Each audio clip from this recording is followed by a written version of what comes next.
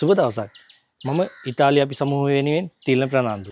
අද මම මේ කතා කරන්න යන දේ මීට කලින් ඉතාලිය කිසිම නීතිඥයෙක් හෝ එහෙම නැත්නම් කප්පතොන ආයතනයක් හෝ එහෙම නැත්නම් කිසිම විදේශිකයෙක් කතා කරපු දෙයක් තමයි අද මම මේ පළවෙනි වතාවට ඔබට කතා කරන්න යන්නේ. මම මේ කියන්න යන දේ වැදගත් වෙන්නේ ඉතාලියට පළවෙනි වතාවට ස්පොන්සර් වීසා එකකින් එන්න බලාපොරොත්තු වෙන ඉන්න අයට. ඒ වගේම තමයි ස්ටුඩන්ට් වීසා එකකින් එන්න බලාපොරොත්තු වෙන අයටත් මේ දේ ඉතාමත් වැදගත් වෙනවා. ඔව් මේ ක්‍රමයේදී ඔබට හැකියාවක් තිබෙනවා ඔබගේ සහකරුවෝ සහකාරිය ඊට අමතරව අවුරුදු 18 අඩු දරුවන් ඒ වගේම ඔබේ දෙමාපියන් ඉතාලියට ඔබත් සමගම ගෙන්වා ගැනීමට. මම මේ කියන්න යන්නේ මේ ඔබ ඉතාලියට ඇතුල් වුණාට පස්සේ පැමිලියර් ක්‍රමයේ යටතේ පුද්ගලයෙක් ගෙන්වා ගැනීමේ ක්‍රමයක් ගැන නෙමෙයි. මේ කියන්න යන ක්‍රමයේදී ඔබට හැකියාවක් තිබෙනවා ඔබට ලංකාවේ වීසා එක ලැබුණාට පස්සේ ඒ සමගම ඔබගේ දරුවන් ඔබගේ පාර්ට්නර්ව එකපාරම මේ ඔබත් සමගම ඉතාලියට ගෙන්වා ගැනීමට. අද මේ සාකච්ඡාව කරන්න මම ඉතාලියේ පුන්ද මිග්‍රාන්ති ආයතනයේ මල්ලිකා ගමගේ මහත්මියට ආරාධනා කෙරුවා. ඇය තමයි මේ නීතිය ගැන ඔබට දැනුවත් කිරීමක් සිදු කරන්නේ. මල්ලිකා මහත්මිය එතකොට මේ තමන්ගේ සහකරුවෝ සහකාරිය ඉතාලියට මේ කියන්නේ වීසා ලැබුණාට පස්සේ නුල්ලොස් එක ලැබිලා වීසා එක ලැබුණාට පස්සේ ඉතාලියට ගෙන්නන්න පුළුවන් කියන කතාව ඇත්තක්ද? ඔව් තිලාන මේ කතාව ඇත්තක්. මේ විදිහට දැනටමත් ඉතාලියට ඇතුල් වෙච්ච ශ්‍රී ලාංකිකයන් රැසක් සිටිනවා. එතකොට මේ මල්ලිකා මහත්මිය මේක මේ අදියේ ඉඳලා තිබුණ ක්‍රමයක්ද නැත්නම් මේ ටිකක් කාලෙක ඉඳලා තිබුණ ක්‍රමයක්ද මොකද්ද මේ ක්‍රමය ඇත්තටම බලද්දි? නෑ මේක අදයේ ඇති වෙච්ච දෙයක් නෙමෙයි. අදයේ පටන් ගත්ත වීසා ක්‍රමවේදයක් නෙමෙයි. මේක කාලෙක පටන් තියෙනවා. නමුත් ශ්‍රී ලාංකිකයන් මම හිතන විදිහට ඉතාම සුළු ප්‍රමාණයක් තමයි මේ ගැන දැනුවත් වෙලා තියෙන්නේ. මම දන්න විදිහට ගොඩාක් බොහෝ පිරිසක් දැනුවත් නැහැ. මේක වසර කීපයක ඉඳලා තියෙනවා. පළවෙනිම වීසා එක මේ වගේ වර්ගයේ වීසා එකක් මම කරේ 2013 වර්ෂයේදී. ඒ කියන්නේ දැන්ට අවුරුදු 12කට විතර පෙර. ඒ කාලය ඇතුළතදී අපිටත් මේ වගේ දෙයක් ගැන ඇත්තටම අහන්න දෙයක් මේ කියන්නේ කවුරුත් කිව්වෙම නැහැ. මම හිතන්නේ මේ මල්ලිකා මහත්මිය විතරයි වෙන්න ඇති මේක කරපු පළවෙනිම කෙනා මම හිතන විදියට. වෙන්නත් පුළුවන්. මම 2013 දී මම මගේ පළවෙනි මේ වර්ගයේ වීසා එකක් නූලොස් එකක් ඉල්ලුම් කරේ ප්‍රොෆෙසර් ඩි මිලානෝ ආයතනයෙන්. මම ඒ ඉල්ලුම් පත්‍රය ඉදිරිපත් කරන අවස්ථාවේදී ඒ සඳහා මම ඉල්ලුම් පත්‍රය ඉදිරිපත් කරපු වෙලාවේදී ඒ ලිපිගොනුව සඳහා මට සහාය දුන්නා. ඒ කියන්නේ ඒ සඳහා බාරව සිටිය තැනැත්තා මට කිව්වා පළමු වතාවට කියලා මේ වර්ගයේ නූලොස් එකක් සඳහා ඉල්ලුම් පත්‍රයක් එයාලට ලැබුණේ. ඒ ප්‍රොෆෙසර් ඩි මිලානෝ ආයතනයේට අපේ ශ්‍රී ලාංකිකයෙක්ගේ.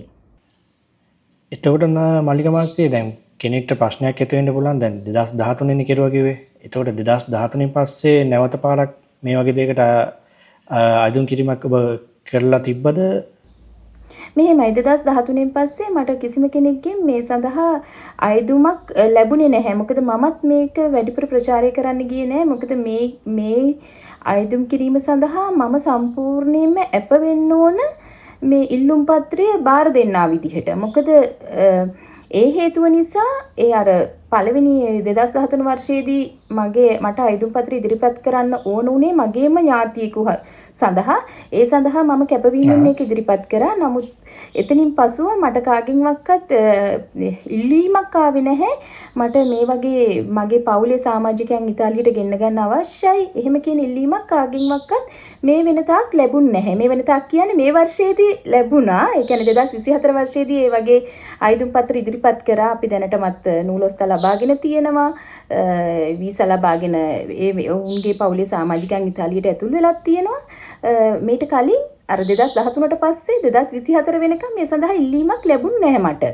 ඒ නිසා මමත් ඒක කරන්න ගියේ නැහැ, ප්‍රචාරය කරන්න ගියෙත් නැහැ. මොකද මේ සඳහා මම සම්පූර්ණ වගකීම ගන්න ඕනේ ඉදිරිපත් කරන්නා වූ ලේඛනවල සත්‍යභාවය මම ඒ සඳහා වගකීමට බැඳෙන්න ඕනේ. අන්න හේතුව නිසා මම මේ ප්‍රචාරය කවදාවත් ප්‍රචාරය කරන්න අවශ්‍යතාවයක් ඇති වුණේ නැහැ. ඒ නිසා දැන් මේ මල්ලිකා මහත්මිය දැන් අපි මේකට නීතිය ගැන කිව්වනේ. අපිට මේ නීතිය සම්බන්ධ මොකක් හරි නමක් තියනවාද අපි කියන්න?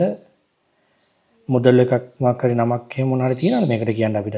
මේ සම්බන්ධව ඉදිරිපත් කළ යුතු ඉල්ලුම් පත්‍රයේද? එහෙම නෙමෙයි මම කියන්නේ දැන් මේකට දැන් නුල්ලොස් එකක් ලැබෙද්දි ඒකේ නුල්ලොස් එක ලැබෙන ඒ සම්බන්ධ මොකක් හරි නමක් තියනවද මේකට? ඒ කියන්නේ මේ අයදුම් පත්‍රය ඉදිරිපත් කරන්න පුළුවන් වීසා වර්ග තියෙනවනේ වීසා වර්ගවල එකිනෙක වර්ගයන් තියෙනවනේ D වර්ගයේ වීසා එකක් ලැබිච්ච කෙනෙක් වෙන්න ඕනේ. ඒ වීසා එක අවුරුද්දකට නොඅඩු වීසා එකක් වෙන්න ඕනේ. එන්නේ ඒ වර්ගයේ වීසා එකක් ලැබිච්ච පවුලේ කෙනෙකුට තමන්ගේ පවුලේ සමාජිකයන් ගෙන්න ගන්න පුළුවන්. මේක රැකියා වීසා එකක් වෙන්න පුළුවන්, රාජ්‍ය ත්‍රාන්තික වීසා එකක් වෙන්න පුළුවන්, අධ්‍යාපන වීසා එකක් වෙන්න පුළුවන්, ආගමික වීසා එකක් වෙන්න පුළුවන්, ව්‍යාපාරිකයෙක් සඳහා ලැබිච්ච වීසා එකක් වෙන්නත් පුළුවන්. එකම දේ මේ D වර්ගයේ අවම වර්ෂයක්වත් තියෙන. ඒ කියන්නේ දින 365ක් තියෙන වීසා වර්ගයක් වෙන්න ඕන. අන්න ඒ කියන්නේ ඔබ කියන ඔබ කියන විදිහට මේක ස්පොන්සර් වීසා එක කාණ්ඩයට අයිදුම් කරන්න පුළුවන්. ඒ කියන්නේ නොලොස් එකක් ලැබිලා වීසා ලැබුණ කෙනෙක්ට පුළුවන්. ඔව් ස්පොන්සර් වීසා එකේ කාණ්ඩයට අයිදුම් කරන්න පුළුවන්. ඔව් ස්පොන්සර් වීසා වලට පුළුවන්. එතකොට ඍතු වීසා එකකට එනවා නම් කෙටි කාලන වීසා එකකට එනවා නම් ඍතුමය වීසා වලට බෑ. මොකද ඍතුමය වීසා අපිට හම්බ වෙන්නේ අපි දන්නවනේ ඔක්කො දින 180කට නැත්නම් දින 270කට. එතනින්ම යාළගේ මූලික සුදුසුකමක් මේ සපුරන්න ඕන අවශ්‍යතාවයක් නැති වෙනවනේ. ඒ නිසා ඍතුමය වීසා වලට ඒ කියන්නේ සීසනල් වීසා වලට එන අයට මේ සඳහා අයදුම්පත් ඉදිරිපත් කරන්න බෑ. ඒ වගේම මල්ලික මහත්මිය කිව්වා මේ ස්ටුඩන්ට් වීසා අයදුම් කරපුවාටත් පුළුවන් කියලා. මං හිතන්නේ මේ විදියට කරපු මං හිතන්නේ තව එක පුද්ගලයෙක් ගැන මාත් දැනුවත්ව ඉන්නවා. මං හිතන්නේ මල්ලික මහත්මියත් ඔහු ගැන දන්නවත් ඇති. මං හිතන විදියට ඔහුගේ බිරිඳවත් එක්කගෙන ආවේ මේ ස්ටුඩන්ට් වීසා එක මේ ක්‍රමයට වෙන්න ඇති මං හිතන විදියට නම්. ඔව් ස්ටුඩන්ට් වීසා වලට දින 365කට නොඅඩු වීසා එකක් ලැබිලා තියෙනවා නම් ඔවුන්ටත් පුළුවන් මේ සඳහා යොදුම් කරන්න. නමුත් මේක තීරණය වෙන්නේ තනිකරම අපි මෙහි නොලොස් එක ඉදිරිපත් කරාට එම්බසියත් අදාළ රටේ කියන්නේ අපේ නම් ශ්‍රී ලංකාවේ තානාපති කාර්යාලයේත් නිරීක්ෂණ වලට ලක් වෙලා තමයි වීසා එක නිකුත් කිරීම තීරණය වෙන්නේ. හරිනේ මල්ලික මහත්මිය ඊළඟට අහන්න මම බලාපොරොත්තු වෙන්නේ මේ දැන් මේ ක්‍රමයේදී මල්ලිකා මහත්මිය ඉතාලියෙන් පළවෙනිටම නොලොස් එක ලැබෙන්න ඕන. ඊට පස්සේ නොලොස් එක ලැබිලා අදාළ පුද්ගලයා වීසා අයදුම් පත්‍ර VFS මාර්ගයෙන් එම්බසියට බාර දුන්නාට පස්සේ ඔහුගේ පාස්පෝර්ට් එකට වීසා එක ලැබුණාට පස්සේ නේද මේ ක්‍රමයට අයදුම් කරන්න පුළුවන් වෙන්නේ. ඔව් ඒ කියන්නේ අයදුම්කරු ඒ කියන්නේ ඉතාලියට එන්න බලාපොරොත්තු වෙන පළවෙනි පුද්ගලයා ඉන්නවනේ. පවුලේ පළමු සමාජිකයා. ඒ කියන්නේ ස්පොන්සර් එකකින් වීසා නූලස් එකක් ලැබිලා ඒ කෙනා කියලා හිතන්නකෝ. අපි උදාහරණයක් විදිහට ගත්තොත් ඔහු පළවෙනි වරට ඔහුට නූලස් එක ලැබුණාම රැකියාවක් සඳහා ලැබිච්ච නූලස් එක VFS ආයතනයේ හරහා ඉතාලි තානාපති කාර්යාලයට ඉදිරිපත් කරලා ඔහුගේ පාස්පෝර්ට් එකට වීසා එක වදින්න ඕනේ. වීසා එක පාස්පෝර්ට් එකේ තියෙන්න ඕනේ. ඊට පසුව තමයි අපිට මේ සඳහා යෙදුම් කිරීම පටන් ගන්න පුළුවන්. කියන්නේ ඉතාලියෙන් ඔහුගේ යැපෙන පවුලේ සමාජිකයන්ට අයදුම්පත් ඉදිරිපත් කිරීම කරන්න පුළුවන් ඊට පසුව තමයි. හරි මහත්මිය. එතකොට මේ දැන් මේකට දැන් උදාහරණයක් විදිහට දවස් 360කට වගේ 65කට වගේ හම්බ වෙනවා නේද වීසා කාලය. එතකොට 65කට හම්බ වෙනවනේ සාමාන්‍යයෙන්. එතකොට වීසා එක 365ක් තියෙද්දි අපි හිතමු දැන් ඔහුට වීසා එක ලැබුණා කියලා. එතකොට ඔහු අයදුම් කෙරුවොත් පවුලේ ඒ අදාළ පුද්ගලයා කියන්නේ භාර්යාව හෝ දරුවන් සමග එකටම ඉතාලියට යාමට හැකියාවක් තිබෙනවද? ඔව් ඉතාලියට යාමට හැකියාවක් තියෙනවා. දැන් අපිට මේ අප්‍රේල් 1 වෙනිදා ඒ විදිහට අම්මයි අවුරුදු 12 පුතයි ඉතාලියට පැමිණුණා. ඒ කාන්තාවට 2024 මාර්තු නීතියෙන් තමයි මේ නූලොස් එක හම්බුනේ. ඊට පස්සුව එයා මට කිව්වා එයාගේ පොඩි දරුවෙක් ඉන්නවා. ඒ නිසා එයාට මේ දරුවව ලංකාවේ තනියෙන් තියලා ඉන්න බෑ. ඒ හේතුව නිසා එයාට අවශ්‍යයි මේ දරුවවත් අරගෙන ඉන්න කියලා. ඉතින් ඒ අවස්ථාවේදී මම ඇයව දැනුවත් කරා. ඇයගේ ඉල්ලුම් පත්‍රය කියන්නේ ඇයගේ වීසා ඉල්ලුම් පත්‍රය බාර දෙන අවස්ථාවේදීම මම ඇයට කිව්වා කියන්නේ මැයි ජූනි මාසේ වගේ 2024 ජූනි මාසේ වගේ මම ඇයට කිව්වා එහෙනම් ඔයාට දරුවවත් ගේන්න අවශ්‍ය නම් මම ඔයාට මේ ටික කරලා දෙන්නම්. ඔයා ඉල්ලුම් පත්‍රය බාර දෙන ගමන්ම ඔයාගේ දරුවාගේ උපැන්න සහතිකයත් සත්‍යාපනය වෙන්නේ. කියන්නේ ලෙගලිස්සාර වෙන්න VFS ආයතනයට බාර දෙන්න කියලා අර ඒ කාලේදීම අපි ලෑස්ති වුණා මේ දරුවා වෙනුවනුත් වීසා එක ඉල්ලුම් කරන්න.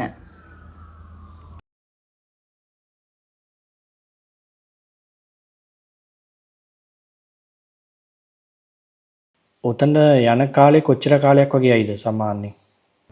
පළවෙනි අයද කියන්නේ අපි කියන්නේ ස්පොන්සර් විසා ලැබිච්ච කෙනාටද නැත්නම් මේ දෙවෙනි ක්‍රමයේ යටතේද? දැන් ස්පොන්සර් කෙනාට ලැබිලා ඊට පස්සේ දෙවෙනි කෙනාට ඉල්ලුම් කරනවා නම් මෙහෙමයි දෙවෙනි කෙනාට ඉල්ලම් කිරීමේදී අපි ඉස්සලම මෙව කරන්න ඕනේ අර මම කිව්වේ මම ඒ කාන්තාව මට එයාගේ අවශ්‍යතාවය කිව්වහම මම මුලින්ම කිව්වා එතකොට ළමයාගේ මේ උපැන්න සහතිකයත් ලෙගලයිස් වෙන්න ඉදිරිපත් කරන්න. මොකද ඒ දරුවාට වීසක ලබා දෙන අවස්ථාවේදී ඔහුගේ අයිදුම්කරු හා එම දෙවෙනි ඉල්ලුම්කරු අතර තියෙන ඥාති සම්බන්ධතාවය තානාපති කාර්යාලයෙන් පරීක්ෂා කරනවා. ඒ නිසා ඊට පසුව මූලිකම දේම තමයි ඇය ඉතාලියට පැමිණිලා නැහැනේ. පදිංචියවත් කිසිම දෙයක් නැහැනේ. පෙරමිසිති සොජෝන් එකවත් නැහැනේ. ඒ අදාළ අයදුම්කරු තවමත් ලංකාවෙන් ඉන්නේ. ඒ නිසා ඇය විශේෂ බලය පැවරු බලපත්‍රයක් මට ලබා දෙන්න ඕනේ. කියන්නේ මෙහින් අයදුම් කරන පුද්ගලයාට ලබා දෙන්න ඕනේ විශේෂිත බලපත්‍රයක්. ඒක ඇය ඉතාලි තානාපති කාර්යාලයේ ඉදිරිපිට තානාපති හෝ ඔහුගේ බලයලත් පුද්ගලෙකු ඉදිරිපිට අත්සන් කරලා මාහට බලය පවරලා නීතිගත කරලා මට ලබා දෙන්න ඕනේ. එහෙම ලබා දුන්නොත් විතරයි මට ඇය වෙනුවෙන් ඉතාලියේ සිට අයදුම් පත්‍රය ඉදිරිපත් කරන්න පුළුවන් සමාජිකයන් මේ පවුලේ සමාජිකයන් වෙනුවෙන්. තමන්ගේ යැපෙන සමාජිකයන් වෙන්න ඕන. කියන්නේ දැන් මල්ලිකා මහත්මිය ඔබ කියන විදිහට දැන් බලය පැවරීමේ ලිපියක් දෙනවනේ.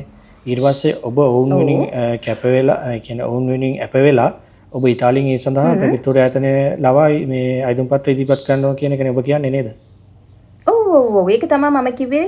මේක දැන් 2013 දී මම පළවෙනි මේ අයදුම් පත්‍ර ඉදිරිපත් කරත් ඊට පස්සු අයිදුයි කියන්නේ කිසිම කෙනෙකුගේ ඉල්ලීමක් මට ලැබුණෙත් නැහැ.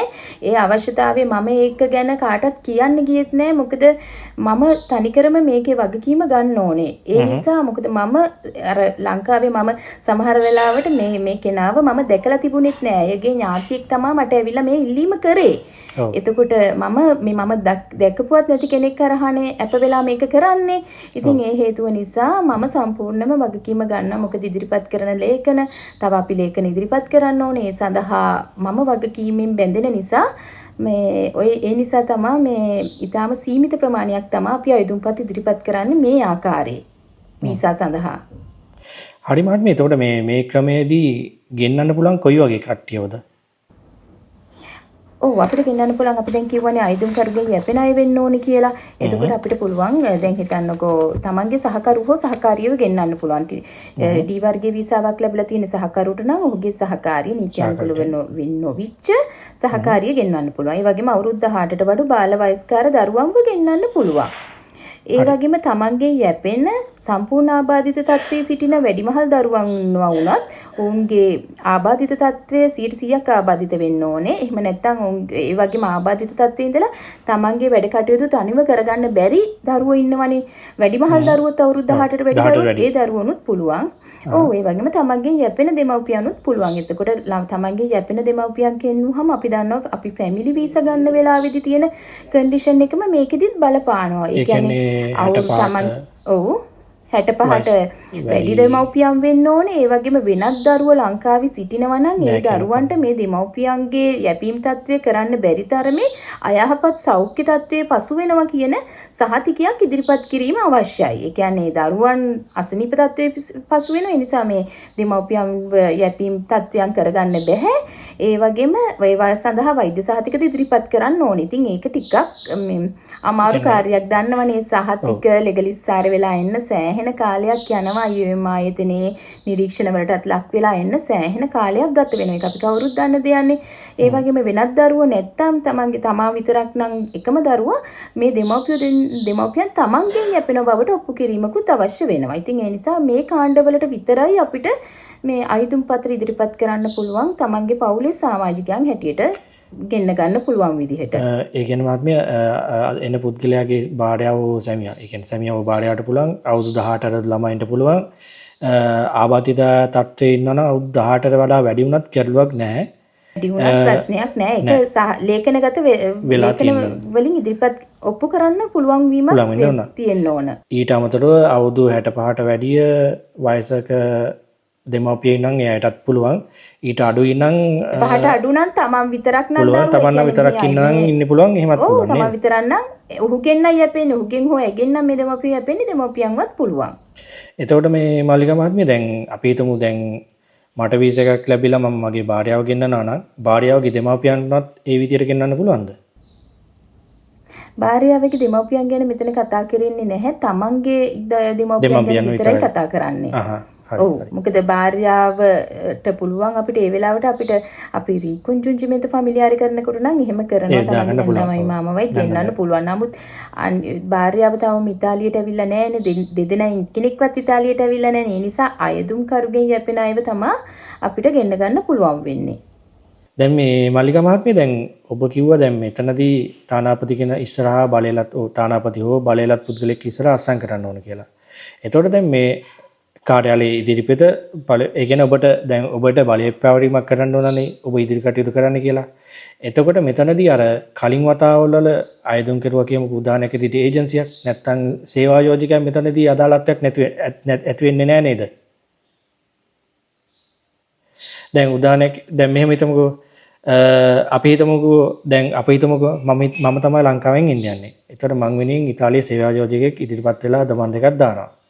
දැම්මට පස්සේ මට වීසා එකක් ලැබෙනවා. එතනින් පස්සේ මේ ලැබිලා ඔක්කොම වීසා එක ලැබුණාට පස්සේ සේවා යෝජකයාට එතනින් පස්සේ මේ ආය අයදුම් කිරීමක් හෝ එතනින් පස්සේ උඩ කරන්න දෙයක් තියනවද? ඔව්. ඉතින් හිතන්නකෝ මේ දැන් වීස්තෝ එකක් ලැබිලා තියෙනවා දීපෝ දී වීස්තෝ එක රැකියාවකට. නමුත් ඒ අදාළ පුද්ගලයා තාම ඉතාලියට ඇතුල් වෙලා නැහැනේ. ඔහු මටයි බලය පවරන්නේ. ඔහු වෙනුවෙන් මේ ඔහුගේ පවුලේ මේ සමීපතම ඥාතීන්වත් ගෙන්න ගන්න අවශ්‍යයි කියලා. ඉතින් ඒ වෙලාවේදී අපි ඒ කියන්නේ මම ආයතනයක් විදිහට මෙහි ප්‍රපිතුර ආයතනයට ඉදිරිපත් කරන්න ඕනේ මොහු මේ වීස්තෝ එකක් ලැබිච්ච කෙනෙක් මේ තීපෝ දී වීස්තෝ එකක් ලැබිලා තියෙනවා අවම දින 365කට නොඅඩු කාලයකට මොහුට මේ සේවා යෝජකයා යටතේ වාර්ෂිකව මෙවැනි ආදායමක් ලබා ගැනීමට බලාපොරොත්තු වෙනවා. එතකොට ඔහු ගෙන්වන පවුලේ සමාජිකයන්වත් යැපීමට ප්‍රමාණවත් තරමේ ආදායමක් ලබා දීමට මේ ඉතාලියේ සිටින සේවා යෝජකයා අප වෙන්න ඕනේ. තේරුණාද? ඒ කියන්නේ ඔහුගෙන් වෙන්න ඕන ඔව් දැන් එහෙම බැලුවොත් මල්ලික මතේ ඔහුගෙන් වෙන්නේ ඩොකියුමන්ට් පැත්තේ දේවල් ටික ඔහු දෙන්න ඕන එක විතරයි කරන්න ඕන නේද මෙතනදී? ඔව් ඔහු ඒකයි ඔහුගේ කැමැත්තයි. දීමක් විතරක් නෙමෙයි ඔහු සෙවන් සහතිකයක් ලබා දෙන්න ඕනේ. හිතන්නකෝ අපි දැන් මේ වීසාවක් ලබා ගත්තනේ ස්පොන්සර් වීසා එකක් මේ ලවරු සුපුරුදිනාතෝ වීසා එකක් ලබා ගත්ත අයටනේ මේක පුළුවන් නොස්තජ්ජනාලය අයට. එතකොට ඒ සඳහා අපි අයදුම් පත්‍රයේ සටහන් කරනවා මම මේ පුද්ගලයාම පැය 20කට වැඩට ගන්නවා. පැය 25කට වැඩට ගන්න බලාපොරොත්තු වෙනවා. පැය 40කට. ඒ කියන්නේ නූලොස් එක ඉෂුව වෙන්නේ මොහු වැඩට ඉතාලියට ඇවිල්ලා වැඩ කිරීමේ පරමාර්ථය මතනේ. ඔහුට වැටුපකුත් අපි අයදුම් පත්‍රයේ සඳහන් කරලා තියෙනවා පළමු ස්පොන්සර් වීසා එක ගන්න වෙලාවේදී.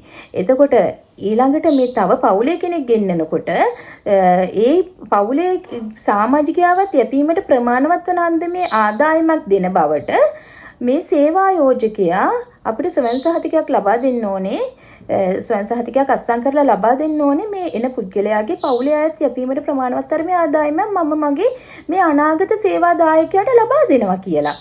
ඉතින් ඒ නිසා අනිවාර්යයෙන්ම ඔහුත් මේ මෙතන විශේෂ චරිතයක්. ඒ කියන්නේ අපිට නොසලකා හරින්න බෑ. අපිට එයාගේ ඩොකියුමන්ට් ටික විතරක් අරගෙන බෑ. ඒ කියන්නේ එයා ස්වයං සහතිකයක් ලබා දෙන්න ඕනේ. මොහුගේ මේ පවුලේ සමාජිකයන් රැගෙන එන නිසා මම මොහුට 2025 වර්ෂයට දැන් 2025 වර්ෂයේදී ඉතාලියේ එක පුද්ගලයෙකුට ජීවත් වෙන්න යූරෝ 7284 කියන්නේ යූරෝ 73ක අවම ආදායමක් තියෙන්න ඕන අඩුම. එතකොට තව හිතන්නකෝ වයිෆ් ගෙන්නනවා නම් මෙම සේවා යෝජකයා පොරොන්දු වෙනවා මගේ මේ ඉතාලියට පැමිණීමට බලාපොරොත්තු වෙන මගෙත් එක්ක වැඩ පටන් ගන්න ඉන්න සේවා දායකයාට මම 11672යි 790ක් ඒ කියන්නේ 11673කට වඩා නොඅඩු වාර්ෂික ආදායමක් මම මොහුට දෙනවා කියලා. එතකොට අපි සමහර වෙලාවට දැන් වීසා එක ස්පොන්සර් වීසා එක ලබා ගන්න වෙලාවෙදී පැය 20කට නම් ලබා ගත්තේ එහි මේ අවම ආදායම 7000ක් ලකුණු කරලා තිබ්බනම් 7000ක් දෙන්න පොරොන්දු වෙලා තිබ්බනම් දැන් මේ වෙලාවේදී මේ 7000 මදි. 11672යි 90ක් ලබා දෙන බවට ඔහු ස්වයං සහතිකයකින් ඒක පොරොන්දු වෙන්න ඕන. ඒක නිසා අපිට මේ සේවා යෝජකයාගේ සහාය අත්‍යවශ්‍යයි මේ වෙලාවේදී. අන්න ඒ හේතුව නිසා තමයි මම කිව්වේ මේක අපි කරන්න ඕනේ ගොඩාක් කල්පනාවෙන්. අපි ආයතනයක් විදිහට මේ වගේ වීසා ලබා දෙනකොට අපිට සේවා යෝජකයාගේ සහාය උපරිමයෙන්ම අවශ්‍යයි.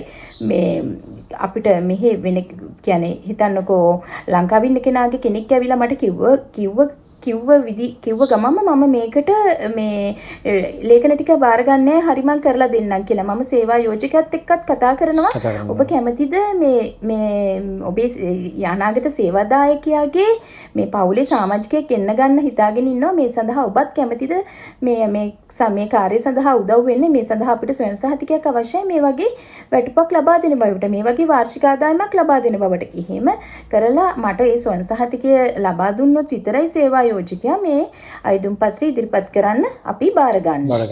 ඔව් මට තේරෙනවා. එතකොට මහත්මිය මේ දැන් මෙතන මේ කොන්ට්‍රැක්ට් එකේ හෝ ඊට පස්සේ අලජිතව එක හෝ ඉදිරිපත් කිරීමක් කරන්න ඕනනේ. ඊට අමතරව සේවා යෝජකයෙක්ගේ මොනවත් ඩොකියුමන්ට් එකක් අවශ්‍ය වෙනවද? ඔව් ඉතින් ඔහු ස්වයං සහතිකය ඉදිරිපත් කරන වෙලාවේදී ඒ දේවල් වලට අමතරව ඔව් ඊට අමතරව ඔහුගේ ඒ දේවල් වලට අමතරව දැන් හිතන්නකෝ දැන් මේ ඉතාලියට ඇවිල්ලත් නැහැනේ මේ අපේ ලංකාවේ සේවකයා ඒ වගේ අවස්ථාවකනේ අපි මේ ඉල්ලුම් පත්‍රය ඉදිරිපත් කරන්න යන්නේ මම අප වෙලා එතකොට ඒ අවස්ථාවේදී අනිවාර්යයෙන්ම ඒගොල්ලන්ට මම හිතනවා දැන් මේ මම මාස කිහිපයකට කලින් අයදුම් පත්‍ර දෙකක් ඉදිරිපත් කරා. ඒ දෙකේදී මෙයාලට සම්බන්ධකම් තිබුණා ඉතාලියේ කියන්නේ සේවා යෝජකයා ඒගොල්ලන්ට ගොඩක් සහාය දුන්නා. ඒ වගේම එක සේවා යෝජකයෙක්ම තමා මේ ඒගොල්ලන්ට නවාතැන් ලබා දෙන බවට ඒ කියන්නේ සුදුසු නවාසස්ථානයක් තියෙන බවට අලුජීවා සහතිකේ පවා හදලා අපිට ගෙනත් දුන්නේ ඉදිරිපත් කරේ. අපි අර වගේම තමයි අවුරුදු 14කට අඩු දරුවෙක් නම් ගෙන්න ගන්නේ අපිට අලුජීවා සහතිකයක් අවශ්‍ය නැහැ. නමුත් සහකරු හෝ සහකාරිය ගෙන්න ගන්නවා නම් අපි මේ සුදුසු වාසස්ථානයක් තිබෙන බවට ඉදොන්ත අලුජීවා සහතිකයක් ලබා දෙන්න අවශ්‍යයි. ඉතින් ඒ නිසා ඒ සඳහා මෙහි ඉතාලිය දැනට ඉන්න සේවා යෝජකයාගේ සහාය ගොඩක්ම අවශ්‍යයි. දැන් උදාහරණයක් විදිහට අපි හිතමු මහත්මිය දැන් මේ විදිහට සේවා යෝජකයාත් කැමති ඊට පස්සේ ඔබ අයදුම් පත්‍රත් යොමු කරුවාට පස්සේ ඔවුන්ට නුල්ලොස් එක ලැබුණා කියලා හිතමුකෝ. ඒ නුල්ලොස් එක ලැබුණාට පස්සේ ඊළඟ පියවර විදිහට මොකද්ද කරන්න ඕන? නුල්ලොස් එක ලැබුණාට පස්සේ අපි දන්නවනේ මේ අර විදිහටම තමා දැන් ලංකාවේ අයදුම් කරුයාගේ වීසා එක ලබා ගැනීමට ඉදිරිපත් කරක විදිහටම මේ නුලොස් එක ලැබුණාම මම ලංකාවේ ඉන්න කෙනාට දැනුම් දෙනවා මේ ඔයාගේ පවුලේ සමාජිකයන් ඉදිරිපත් කරපු නුලොස් එක ලැබිලා තියෙනවා. ඔයා දැන් අපි දන්නවනේ එම්බසියට වීසා ඉදුම් පත්‍රය ඉදිරිපත් කිරීමට අපි යන්නේ දැන්ට තියෙන ආයතනය ලංකාවේ VFS ග්ලෝබල් ආයතනයනේ. VFS ආයතනයනේ. VFS ආයතනයේට අපි අයදුම් පත්‍රය ඉදිරිපත් කරනවා ෆැමිලි රියුනියන් සඳහා දිනයක් වෙන් කරගෙන. ආයතනවල මහත්මිය මේක මේ ෆැමිලි රියුනියන් අපොයින්ට්මන්ට් එකක් ගන්න ඕනනේ. ඔව් ඒක තමයි ගන්න ඕනේ. ෆැමිලි රියුනියන් අපොයින්ට්මන්ට් එකක් තමයි ගන්න ඕනේ. ඒ වෙලාවේදී අර මම කලින් කියනවනේ දැන් සහකරුව ගේන්න බලාපොරොත්තු වෙනවා නම් ඒගොල්ලන්ගේ විවාහ සහතිකය පරිවර්තනය කරලා ලෙගලයිස් කරලා තියාගෙන ඉන්න ඕන. දරුවෙක් ගෙන්න ගන්න ඕන නම් දරුවාගේ උපැන්න සහතිකය අවශ්‍යයි. දැන් ලීගලයිස් කිරීම ගැන කතා කරද්දී මහත්මිය දැන් මෙතන පොඩි ප්‍රශ්නයක් තියෙනවානේ. දැන් සාමාන්‍යයෙන් දැන් මේ නුල්ලොස් එක වීසා එක ආවට පස්සේ මේ ලීගලයිස් කටයුතු මේ ඔක්කොම කරගන්න ගියොත් සාමාන්‍යයෙන් මාස 4ක 5ක විතර කාලයක් යන්න පුළුවන් මේ වැඩේට නේද? මම කිව්වේ එතන පොඩි කාලයක් කරලොත් තියනවා නේද? ඔව්. මොකද අපිට මෙහෙමනේ නූලොස් දෙකක් රැකියාවක් සඳහා නූලොස් දෙකක් ලැබෙනවද නැද්ද කියන එක අපිට අයදුම් පත්‍රයේ පළමු අයදුම් පත්‍රයේ යොමු කරන මොහොතේදී අපිට කියන්න බෑනේ මේක ලොකු තරගයක් තියෙනවා ලොතරැයියක් වගේ ඒ වගේනේ.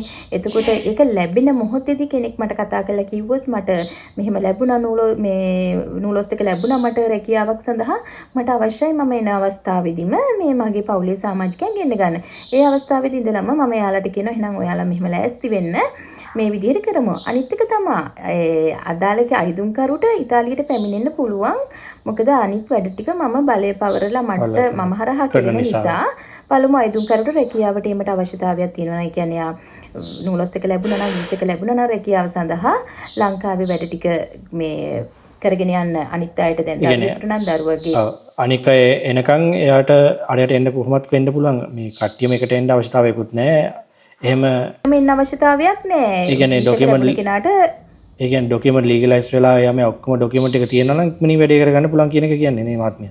ඔව් ඉක්මනින් වැඩේ කරගන්න පුළුවන්. මොකද දැන් පහුගිය දවස්වල ඉතාලම ඉක්මනින්ම ඒ වැඩ ටික කරගත්ත අය හිටියා. දැන් නම් ටිකක් පරක් වෙනවා ඒක අපි පරක් දන්නවනේ. දිනයක් වෙන් කරගන්න බෑ. දින වෙන් කර ගැනීමට දින දානවා කිව්වත් දින ලබා ගන්න හරිම අපහසුතාවයක් තියෙනවා මේ ලේඛන සත්‍යාපනය කිරීම සඳහා. ඒක දැන් මේ දිනවල ඇති වෙලා තියෙන ගැටලුවක්. නැත්නම් නමුත් පහුගිය දිනවලදී ඒක ක්‍රමවත්ව ඉතා ඉක්මනින් කරගන්න පුළුවන් වුණා. අනිත් එක අපි දන්නවනේ දැන් අපිට ලෙගලයිස් කරන බාර දීලා අපිට ලැබෙන රිසිට් පත තියෙනවනේ. රිසිට් පතිනුත් නූලොස් එක බාර දෙන්න පුළුවන්. වීසා ලබා ගැනීම සඳහා. ඔව්. මොකද ඒක නිසා වීසා එක නූලොස් එක එක්ස්පයර් වෙයි කියලා, ඒ කියන්නේ කල්ලිකුත් වෙයි කියන බය නැති වෙනවා අපිට. ඒ හේතු ඒක නිසා එහෙම බලද්දී එතකොට භාර්යාව ගෙන්න නම් කියන්නේ ස්වාමියාව භාර්යාව ගෙන්න නම් මාත්මිය විවාහ සාතික ඉදිරිපත් කරන්න ඕන. එතකොට දරුවන් ගෙන්නනවා නම් උපැන්න සාතික නේද? දරුවන් ගෙන්න නම් උපැන්න සාතික. සාමාන්‍යයෙන් අපි ෆැමිලි වීසා එකකට කරන මේ ඒ ප්‍රොසීඩියර් එකම තමයි කරන්න තියෙන්නේ. එතකොට මාත්මිය දැන් බිරිඳවයි ළමයයි දෙන්නම ගෙන්නනවා නම් විවාහ සාතික සහ උපැන්න සාතික දෙකම කරගන්න ඕන. දෙකම කරන්න අවශ්‍යයි. ඔව්. ඒ වගේම අර මෙහි ඉන්න සේවා යෝජකයා තමන්ගේ අනාගත සේවකයාට යුරෝ 15563ක නොඅඩු ආදායමක් ලබා දෙන බවට, වාර්ෂික ආදායමක් ලබා දෙන බවට ස්වයං සහතිකයකුත් ලබා දෙන්න. ඒක නිසායි මම කියන්නේ ඒ සහයෝගය නැතුව මේ කාර්යය කරන්න බෑ. මේ ලස්සන ප්‍රශ්නයක් ආව ඔබතුමියගෙන් දැන් මේ කොච්චර කාලයක් යයිද කියන එක. දැන් මම හිතන්නේ දැන් මේ ප්‍රශ්නෙට උත්තරය ලැබුණා. මොකද දැන් මෙතන වැදගත්ම දේ ලීගලයිස් ඩොකියුමන්ට් නේ. ලීගලයිස් ඩොකියුමන්ට් අතේ තියෙනවා නම් සමාජයට පළවෙනි ඒ කියන්නේ පළවෙනි පුද්ගලයාත් සමග ඒකට හැකියාවක් තිබෙනවා. එහෙම නැමතුනොත් තවත් මාස 4ක් හෝ 5ක් කාලයක් ඊට අමතරව ලීගලයිස් ඩොකියුමන්ට් එන්නත් ඕන. ඊට පස්සේ වීසා ලැබෙන පරීක්ෂා කිරීම යන කාලයත් එක්ක සාමාන්‍යයෙන් මාස 5ක 6ක වගේ කාලයක් යන්න පුළුවන් සාමාන්‍ය හිතන විදිහට නේද? 5ක වීසා ලැබෙන්නේ කියන්නේ දැන් අපි මාර්තු මාසයේ ඉදිරිපත් කරා දරුවෙකුගේ අයතුම්පත එයාගේ අම්මට වීසා ලැබිලා තිබුච්ච නිසා ඒ ළමයාගේ දරුවගේක සති දෙකක් වගේ ඇතුළත කාලය ඇතුළත වීසා එක ලැබුණා. ඒ දෙන්න තමයි මේ මාසේ මුල සතියේ දෙන්නම අම්මයිටයි පුතාටයි දෙන්නටම ඉතාලියට එන්න පුළුවන් වුණා. දෙන්නම එකට ආවා. එතකොට මේ සම්බන්ධව සාමාන්‍යයෙන් එම්බසි එකෙන් ඉන්ටර්විව් එකක් තියනවද නැත්නම් සාමාන්‍ය විදිහට බාර දීලා වීසා එකක් කෙනකම් බලන් ඉන්න විතරද තියෙන්නේ? සමහර අවස්ථාවලදී සම්මුඛ පරීක්ෂණයක් තිබුණ අවස්ථාවල් තිබුණා. සමහර අවස්ථාවලදී නැහැ. ඒක ඉතින් තීරණය වෙන්නේ එම්බසියේ කටයුතු අනුව තමයි. ඒකට මට එහෙම හේතුවක් කියන්න බෑ. තියන්නත් පුළුවන් නැති වෙන්නත් පුළුවන්. අපි දන්නවනේ ෆැමිලි රියුනියන් වීසා වලදී සමහර අයට පරීක්ෂණ කිරීම සිදු වෙනවා, ඉන්ටර්විව් තියෙනවා, තව ඩොකියුමන්ට් ඉදිරිපත් කරන්න කියනවා. ඉතින් මේ වගේ දේවල් මේ වීසා කිල්ලුම් කිරීමේදීත් වෙන්න පුළුවන්. නොවෙන්නත් පුළුවන්.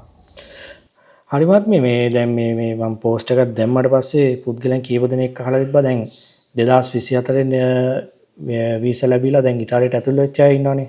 දැන් ඒ වගේ කෙනෙක් දැන් අලුතෙන්ම ෆැමිලි කාඩ් එකක් දාන්න ගියාම දැන් රැකියාවක් හොයා ගන්නවා. දැන් කරන රැකියාවේ අඩුම ඉම්ස් බිල් 3ක්වත් අවශ්‍ය නැහැ නේද? ඕන වෙනවා. ඒතකොට කුඩ් එක අවශ්‍ය වෙන වාර්ෂික ආදායම බලන්න ඕන. කුඩ් එක අවශ්‍ය වෙනවා. ඉතින් කාලයක් යනවානේ අලුතෙන් ෆැමිලි කාඩ් එකක් දාන්න ගියාම. දැන් ඒ වගේ පුද්ගලයෙක් ඉතාලිය කියන්නේ දැන් උදාහරණයක් විදිහට 2024 නීතියට අයදුම් කරලා ඔහු ඉතාලියට ඇතුල් වෙලා දැන් ඉන්නේ. ඒ වගේ පුද්ගලයෙක්ටත් පුළුවන් ද දැන් මේ ක්‍රමයේ යටතේ තමන්ගේ සහකාරී දරුවන් ගෙන්න ගන්න? ඔව් පුළුවන්. එකම දේ යාළගේ වීසා කාලය තියෙනවනේ. ඒක කල් ඉක්ුත් නොවි තියෙන්න අවශ්‍යයි. වීසා කාලය කියලා අදහස් කරන්නේ මහත්මිය වීසා කාලය කියන්නේ දැන් අපි හිතනවානේ වීසා එකක් අපිට ලබා දෙන්නේ 2024 නම් මේ යොදුම් කරේ 2024 නීතිය තිබ්බේ මාර්තු මාසෙනේ. මාර්තු මාසයේ 20 ගණන් වලනේ. එතකොට යාළට නූලොස්ත හම්බුනේ මැයි මාසෙදී. එතකොට මැයි මාසෙදී වීසා එක හම්බෙලා ඒගොල්ලන්ට වීසා ලැබෙන්න පටන් ගත්තේ මැයි ඉඳලා මේ අවුරුද්දේ මේ අවුරුද්ද නැත්තම් ඊට අමතරව ඒගොල්ලන් අයදුම්පත් බාර දුන්නේ අගෝස්තු සැප්තැම්බර් නම් මම දැන් දන්න කෙනෙක් ඉන්නවා. එයාගේ වීසා එක එක්ස්පයර් වෙන්නේ මේ අවුරුද්දේ ඔක්තෝබර් මාසෙදී. එයා 2024 නීතියෙන් මෙහෙට ආපු කෙනෙක්. දැන් ඔහුත් මගෙන් ඉල්ලීමක් කරලා තියෙනවා. ඔහුගේ දරුවන් දෙදෙනයි බිරිඳවයි මේ ගෙන්නීමට අවශ්‍යයි. මගෙත් එක කතා කරා ඇවිල්ලා. මොකද අපි දන්නවනේ පවුලක් එක්ක එකට ඉන්නකොට තියෙන එක සතුට සාමය රැකෙන්න පවුලක් එක තැන ඉන්න එක ඇත්තටම ලොකු වැදගත් දෙයක්නේ. ඉතින් ඒ නිසා ඒ වගේ ඉල්ලීමක් කරා. ඉතින් මම කිව්වා හොඳයි අපි බලමු. ඔහුට දැන් ආදායමක් තියෙනවා. ඒ කියන්නේ 3 දෙනෙකුට යැපීමේ ප්‍රමාණය රැකියා ගිවිසුමකුත් ලැබිලා තියෙනවා. ඒ වගේම තව පැය කිහිපයක් අඩුපාඩුවක් තියෙනවා. මම කිව්වා එහෙනම් මේ ප්‍රමාණයටත් ඔයා තව සේවා යෝජකයෙක් හොයාගන්න, තව රැකියාවක් හොයාගන්න. මේ පැය අඩු ප්‍රමාණයට ඒ අඩු ආදායම පියව ගන්න. මොකද 3 දිනක් ගෙන්න ටිකක් වැඩිපුර ආදායම පෙන්වන්න ඕනේ වාර්ෂික ආදායම.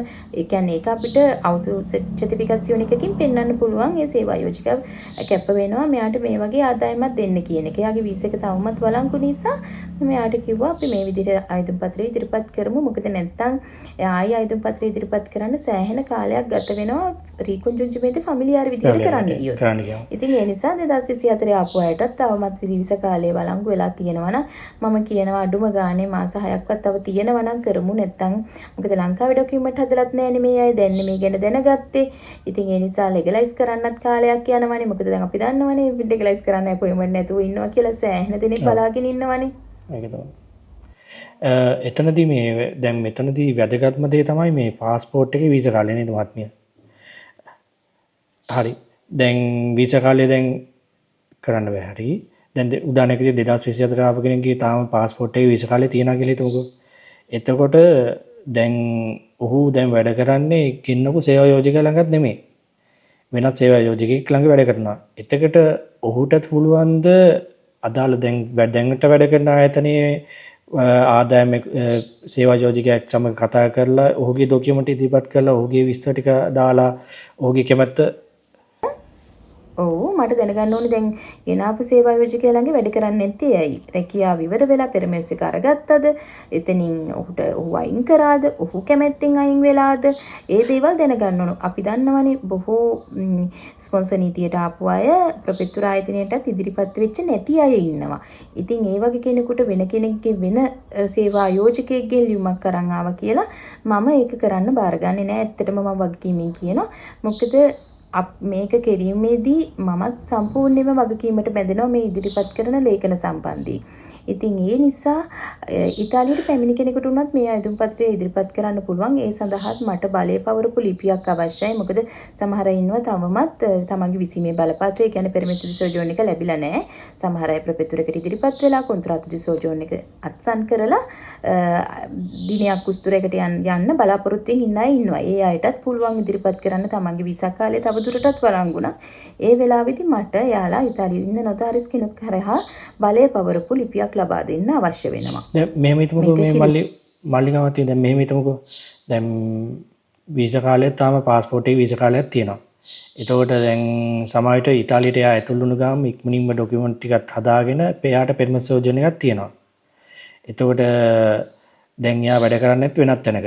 වැඩ කරන තැනින් එයාට තමන්ගේ පවුලේ ඉන්න සහකාරිය නැත්නම් ළමයිව ගෙන්න ගන්න තරම් ප්‍රමාණවත් වාර්ෂික ආදායමකුත් තියෙනවා. එතකොට මෙවැනි අවස්ථාවකදී මේ සේවා යෝජකයාගේ අවශ්‍යතාවයක් තියනවද නැත්නම් ඔහුගේ තියෙන කොන්ට්‍රැක්ට් එකයි ඔහුගේ තියෙන වාර්ෂික ආදායම ඉදිරිපත් කරලා මේ ඉස්සරහට යන්න පුළුවන් මෙතනදී? සේවා යෝජකයාගේ අවශ්‍යතාවයක් තියෙනවා. එයා වාර්ෂික ආදායම 2024 ආපු කෙනෙකුට 24 මාර්තු නීතියෙන් ආපු කෙනෙකුට එයාලට නූලොස්ත හම්බුනේ මැයි මාසෙදී. එතකොට එයාලා මැයි මාසෙ ඉඳලා මේ වෙනකොට එයාලට ප්‍රමාණවත් ආදායමක් ලැබිලා නැහැ. ලැබෙන්නට වෙන පුළුවන්. පවුලේ ලැබෙන්නේ නැහැ. මාස 6ක් වගේනේ තියෙන්නේ. 6ක් 7ක් ඇතුළත ඒ කාලය ඇතුළත. ඉතින් ඒ නිසා සේවා යෝජකයාගේ අර ස්වයං සහතිකය අපිට තාම මේක වැදගත්. ඒක නැතුව බෑ. එහෙම වුණොත් එයා දැනට ස්ථිර පදිංචිය දාලා නම් එයාට පෙරමෙසිස් සෝජෝන් එක ලැබිලා නම් එයාට මම හිතනවා හොඳම දේ මොකද එයා සහතික කරාට වැඩක් නෑ. එයාට මේ ආදායම පෙන්නුවට මොකද දැන් මේ අවුරුද්දේ අපිට වාර්ෂික සර්ටිෆිකේෂන් යුනික් එක කුඩ් එක හම්බ වෙන්නේ ඊළඟ වර්ෂයේදීනේ. ගිය අවුරුද්දේ මං හිතන්නේ මාස කිහිපයකට එයාට කෙනෙක් ගෙන්වා ගැනීමට තරම් ආදායමක් ලැබිලා තියෙනවද කියන එක බලන්න ඕනේ. ඒක බලලා ඒ ටික ඒගොල්ලන්ගේ ලේඛන පරීක්ෂා කරලා මට ස්ථිරවම උත්තරයක් දෙන්න පුළුවන්. දැන් මහත්මිය මෙහෙම හිතමුකෝ දැන් යම් කිසි කෙනෙක්ට දැන් ඔබගේ කාර්යාලය තියෙන මිලානෝ නගරේ. මිලානෝ නගරේ ශාඛාවන් දෙකක් තියෙනවා නේද? දැන් අපි හිතමු යම් කිසි කෙනෙක්ට යටතේ වැඩ කරන ශාඛාවන් කිහිපයක්ම තියෙනවා. මාව හම්බ වෙන්න අවශ්‍ය නම් ව්‍යාපෘති නෝනේ නම්බර 13 පියස්සා උදිනේ තියෙන කාර්යාලයට එන්න ඕන. හරි දැන් මහත්මිය දැන් මෙතනදී දැන් ඔබට යම් කිසි කෙනෙක් මේ විදිහට මේ අයිතුම් පත්‍රයක් යොමු කරන්න කියලා කවුරු හරි කෙනෙක් කිව්වොත් ඔහු ඇය මිලාන් නගරයේ ඉන්න ඕන කෙනෙක් ඉන්න ඕනද නැත්නම් වෙනත් නගරයක ඉන්න කෙනෙක්ට ඔබ හම්බෙලා මේ දේ කරගන්න පුළුවන්ද? ඒක ප්‍රශ්නයක් නැහැ. ඉතාලිය ඕනම තැනක සිටියත් කිසිම ප්‍රශ්නයක් නැහැ. අයිදුම් පත්‍රය අපිට ඉදිරිපත් කරන්න පුළුවන්. හරි. මම එහෙම වුණොත් ඔබගේ දුරකථන අංකය හෝ නැත්නම් ඔබගේ ශාඛා නම්බර එක දාන්න යම් කිසි කෙනෙක් ඊමේල් ලිපිනිය දෙන්න පුළුවන් මට. ගොඩක් වෙලාවට දුරකථන අංකය දාන්න පුළුවන්. දුරකථන අංකය මට WhatsApp හරහා සම්බන්ධ වෙනවා නම් ගොඩක් කැමතියි. මොකද ගොඩක් වෙලාවට මට මේ පණිවිඩයක් තියෙන තරමට ලේසි නේ. පණිවිඩයක් තියෙන තරමට ලේසි. මම ඊට පස්සේ ඒක බලලා කතා කරනවා හැමතිස්සෙම. මම හිතන්නේ මෙතනදී කතා කරන්නට කියන්න ඕන දැන් මේ වැඩේ කරන්න අනිවාර්යෙන් සේවා යෝජකයෙක් කැමැත්ත වුණානේ. එහෙම නැතුව නිකන් මේ බාගට ගියාට නිකන් මැසේජ් එකක් දාලා මටත් කරලා දෙන්න කියලා තේරුමකුත් ඇත්තටම නැහැ නේද? නැත්නම් එතනින් වුණොත් දැන් ඔබේ කාලෙත් යනවා නේ. යෝජකයාට කතා කරනවා. මමත් අනිවාර්යයෙන්ම සේවා යෝජකයාට කතා කරනවා. මේ ඔබලාගේ ආයතනයෙන් හරි දැන් හිතන්නකෝ අනිත් එක තව මට කියන්න ඕනේ මේක ඩොමෙස්ටික් වලට ආවත් ආයතනයක් කරහාවත් අපිට දෙකෙදිම කරන්න පුළුවන් ප්‍රමාණයක් වෙන්නේ අර ආදායමයි සුදුසු නවාතැනක් ලබා දෙන එක විතරයි. ගෘහස්ත සේවය සඳහා පැමිණෙන අයටත් මේක කරන්න පුළුවන්. කිසිම ගැටලුවක් වෙන්නේ නැහැ. ආයතනයකම රැකියාවට එන්න උන්නේ නැහැ ඒ අය. පුළුවන් අපි හැමතිස්සෙම මේ අවස්ථාවේදී මම සේවා යෝජකයාත් එක්ක කතා කරනවා අනිවාර්යයෙන්ම. මොකද දන්නවනේ ලේඛනයක් ඒක ඉදිරිපත් කරන ලේඛනවල මම තමයි වගකීමට බැඳෙන්නේ බලය පවරපු ඉතාලියේ බලය පවරපු පුද්ගලයා හැටියට. ඉතින් ඒ නිසා මම හැමතිස්සෙම ඉදිරිපත් කරන මේ ලංකාවේ ඉන්න කෙනා ඥාතියෙක් ඇවිල්ලා මට ලේඛන ටික බාර දුන්නත් සේවා යෝජකයෙක්ගෙන් ඕන් අරගෙන ආවත් මම සේවා යෝජකයව සම්බන්ධ කර ගන්නවා අනිවාර්යයෙන්ම. මේ තොරතුරු ලබා දුන්නද මේ ස්වයං සහතිකයක් අපිට ලැබිලා තියෙනවා මේ සඳහා මේක ඔබලා විසින් නිකුත් කරපු කෙනා එකක්ද කියන බවට අපි ඔවුන්ව සම්බන්ධ කරගෙන විමසනවා. හරි. ඒ පුද්ගලයා මේ ලංකාවේ පුද්ගලයෙක් වුණත් කිසිම ගැටලුවක් නැහැ සේවා යෝජකයා. ඒක ප්‍රශ්නයක් නැහැ. සේවා යෝජකයා කිසිම ප්‍රශ්නයක් නැහැ. අපිට දැනට ලැබිලා මේ පහුගිය සති කිහිපෙ ඉදිරිපත් කරපු අයිදුම් පත දෙකක එකයි ලංකාවේ සේවා යෝජකෙක් අනිත් කෙනා ඉතාලි ජාතික සේවා යෝජිකාවක්. හරි මහත්මයා. ඉතින් මේ විස්තර තමයි මම හිතන්නේ මේ ඉතාලියේ පළවෙනි වතාවට මම හිතන්නේ මේක මේ පිට වෙනත් ජාතිකයන්වත් මම හිතන්නේ මේ දේ විදියට කවුරුත් ගෙන්නවලා නැතුව ඇති මම හිතන විදියට. ඔබ කියන විදියට මම හිතනවා මොකද අපේ ආයතනයත් සමග විශාල කියන්නේ බංග්ලාදේශ්, පාකිස්තාන්, ඉන්දියන්, පිලිපීන්, මොරොක්කෝ, ඉජිප්සියන්, යුක්‍රේන් ජාතිකයන්, රසියන් ජාතිකයන් ගොඩාක් අය වැඩ කරනවා අපේත් එක්ක. ඉතින් ඒ කිසිම කෙනෙක් මට මේ වෙනකුතුරු මෙහෙම දෙයක් එයාලා කරනවා කියන එක දැනුම් දීලා නැහැ. කිසිම කෙනෙක් මේ වෙන තාක් මට දැනුම් දීලා නැහැ. ඒ කියන්නේ ඉතින් ඉතාලියේ පළවෙනි වතාවට මේ වැඩේ කරන්න බැරි. එහෙම වෙන්නත් පුළුවන්. නැත්තම් කරන්න කියන්නේ මේකේ තියෙන බැරෑරුම් තත්ත්වය නිසා කවුරුත් කරන්න ඉදිරිපත් වෙන්නේ නැද්ද දන්නේ නැහැ. මොකද එකම දේ අර ආදායම සනාථ කරන්න ඕනනේ. ඉතින් ඒක අනිවාර්යයෙන්ම සේවා යෝජකයාගෙන් අපිට ලැබෙන්න ඕනනේ ස්වයං සහතිකය. ඒ කියන්නේ අවුතිචතිවිකසියෝන එක. ඉතින් ඒක ලබා ගන්න ටිකක් අමාරුයි. ඉතින් ඔයා දන්නවනේ වීසා එකක් ලබා ගන්නත් සෑහෙන අමාරු තත්ත්වයක් නේ තියෙන ඉතාලියට එන්න පළවෙනි වීසා එක ලබා ගන්න ස්පොන්සර් වීසා එක. ඉතින් ඒ අතරදී තවත් කෙනෙක් තමන්ගේ යැපෙන්නනුත් යැපීමට ප්‍රමාණවත් තරමේ ආදායමක් දෙන බව සහතික කරන්න සේවා යෝජකයෙක් හොයාගන්න ඉතින් ගොඩක් අපහසුයි නේද? ඔව් ඒක නම් ඇත්ත. මේ හේතු නිසා ගොඩක් මේක ලිමිතාර වෙලා තියෙනවා කියලා මට හිතෙන්නේ. හරි මහත්මිය. දැන් මේ විස්තර ටික මම හිතන්නේ හොඳටම පැහැදිලිවක් තියෙනවා. එහෙම වුණොත් මේ මම ඔබගේ නම්බර්ස් ටිකත් මේ ඩිස්ක්‍රිප්ෂන් එකේ දාන්න ඊට අමතරව නම්බර් එකක් දාන්න. ඉතින් යම් කිසි කෙනෙක්ට මේ ඉදිරියෙන් උල්ලස් එක ලැබිලා වීසා එක ලැබුණාට පස්සේ තමන්ගේ පවුලේ දරුවන් සහකාරිය ගෙන්නන්න අවශ්‍යතාවයක් තියෙනවා නම් මල්ලිකා මහත්මියගේ ආයතනයේ මාර්ගයෙන් මේ වැඩේ කරගන්න පුළුවන් විශ්වාසවන්තව. මොකද ඉතාලිය අපි ජොබ් බැංක් ගෲප් එකෙන් රෙකමන්ඩ් කරන දැනට රෙකමන්ඩ් කරන හොඳම පුද්ගලයා තමයි මේ මල්ලිකා මහත්මිය.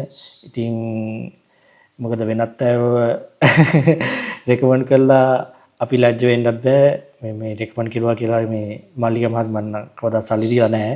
මේ ඇඩ් එක ගන්න මේ දාන්නේ මේ මොකද මල්ලිකා මහත්මිය අවුරුදු ගණනක් ඉඳන් ජොබ් බැංක් ගෲප් එකේ ලිව්වා පෝස්ට් පළ කරා දැනුවත් කිරීම කෙරුවා. ඒ සේරම කෙරුවේ නොමිලේ.